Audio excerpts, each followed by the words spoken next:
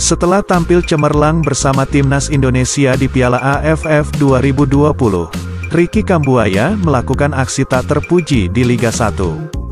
Ricky Kambuaya jadi salah satu pemain bintang di Piala AFF 2020. Ia termasuk salah satu pemain yang selalu dimainkan pelatih Sintayong sebagai starter, bersama Asnawi Mangkualam dan Rahmat Irianto. Kemampuan Ricky Kambuaya dalam menyerang dan bertahan yang sama bagusnya, berhasil mencuri perhatian Sintayong. Namun, nama harumnya tercoreng ketika kembali ke Liga 1. Gelandang Persebaya Surabaya itu mendapat kartu merah akibat akumulasi 2 kartu kuning saat melawan Bayangkara FC, di Stadion I Gusti Ngurah Rai, Bali, Selasa, tanggal 18 Januari tahun 2022. Kambuaya baru diturunkan di babak kedua, tepatnya di menit ke-59 menggantikan Alwi Slamet.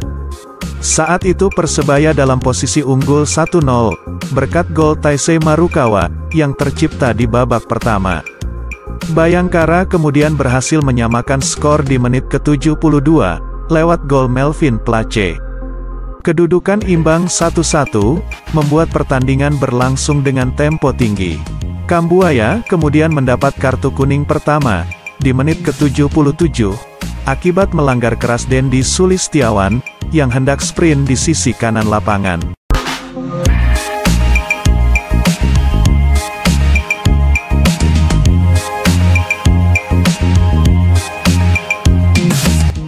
The Guardian lalu berhasil membalikkan keadaan menjadi 2-1, lewat gol Ezechiel Ndual pada menit ke-90+1. Gol tercipta melalui heading memanfaatkan umpan silang Anderson Sales.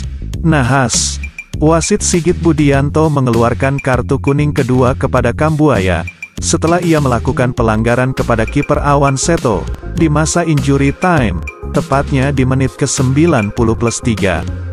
Upaya Kambuaya untuk menjangkau bola di kotak penalti, justru membentur perut Awan Seto yang sudah lebih dulu berhasil mengamankan bola.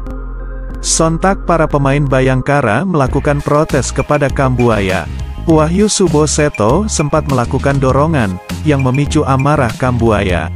Beruntung, emosi Kambuaya berhasil diredam pemain senior Bayangkara, Ruben Sanadi, yang juga berasal dari Papua.